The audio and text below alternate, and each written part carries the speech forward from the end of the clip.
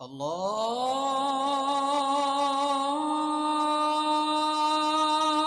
আকবার, আল্লাহু আকবার।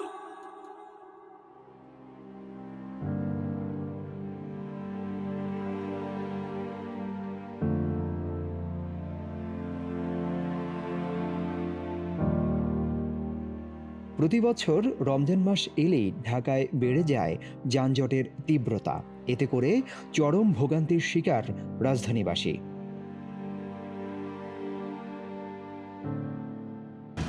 ইফতারিটার একটু আগ দিয়েই মনে করেন যে এত পরিমাণ জ্যাম লাগে, যা মানে বলার বাহিরে। রোজা রেখে গাড়ি চালান যায় না, রাস্তা পুরো জাম, 2 ঘন্টা 2.5 ঘন্টা লাগে যাইতে। আসলে মূলত হয়েছে কি যে সিঙ্গেলগুলা মেনটেন্যান্সটা কম হচ্ছে।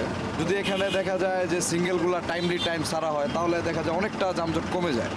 সরেজমিনে গিয়ে দেখা গেছে রাজধানীর বিভিন্ন এলাকায় গাড়িগুলো দীর্ঘ সময় সিগন্যালের মধ্যে আটকা থাকছে। সিগন্যাল ছাড়লেও ধীর গতিতে চলাচল করায় রাস্তায় স্থির অবস্থা বিরাজ করছে, সাথে বাড়ছে যানজট। দেখা গেছে রমজানের শুরু থেকে প্রতিদিন রাজধানীর বিভিন্ন সড়কে একই পরিস্থিতি। বিশেষ করে গণপরিবহন ব্যবহারকারীরা রোজার সময় ভোগান্তিতে পড়ছেন। রমজানের ইফতারের অন্তত 1 ঘন্টা আগে জ্যাম লাগে, ইফতার তো বাসাতেই করাই যায় না। এই বাসায় যেয়ে যদি ইফতার না করা যায়, তারপরে ইফতার রাস্তায় করা তো আরো কষ্টকর। অনেকে ইফতারের রাস্তায় করতে হয়, যারা দূর থেকে আসে জ্যামে পড়ে থাকে কন্টিনিউ।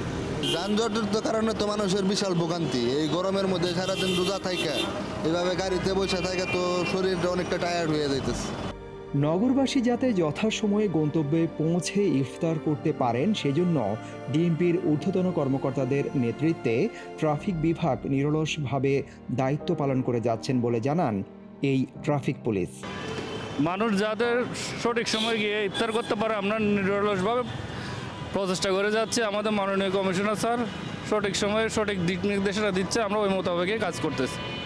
যানজট নিরসনে ঢাকাকে বাসযোগ্য করতে হলে করণীয় বিষয়ে হ্যালো বাংলাদেশের সাথে কথা বলেছেন যোগাযোগ বিশেষজ্ঞ ও প্রকৌশলী অধ্যাপক ডক্টর শামসুল হক।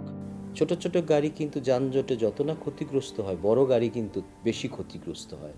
চালক যখন বাণিজ্যে চলে আসে, সে তখন যাত্রী নেওয়ার জন্য একটা বাসের সামনে আরেকটা বাস নিয়ে দাঁড়াবে, অসুস্থ প্রতিযোগিতা করবে। এইটা যারা আমরা দেখি, এটা হলো উপসর্গ। ঢাকা আমরা এমন একটা জায়গার মধ্যে চলে আসছি, গণপরিবহনে যারা চড়ে ধরে নেবেন তার আর কোনো বিকল্প নাই।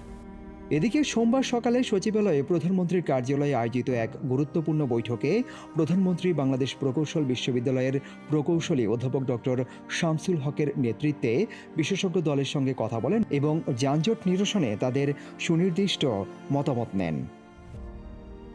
যানজটে নাকাল রাজধানীবাসী।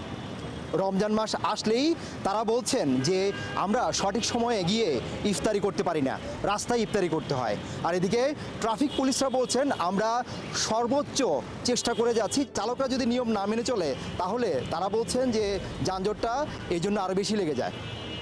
তারা বলছেন যে সঠিক সময়ে যদি বাসায় যেতে হয়, তাহলে অবশ্যই সবাই সম্মিলিত প্রচেষ্টা প্রয়োজন। রাজধানীর বিভিন্ন সড়ক ঘুরে সিদ্দিকুর রহমান রোমন, হ্যালো বাংলাদেশ, ঢাকা।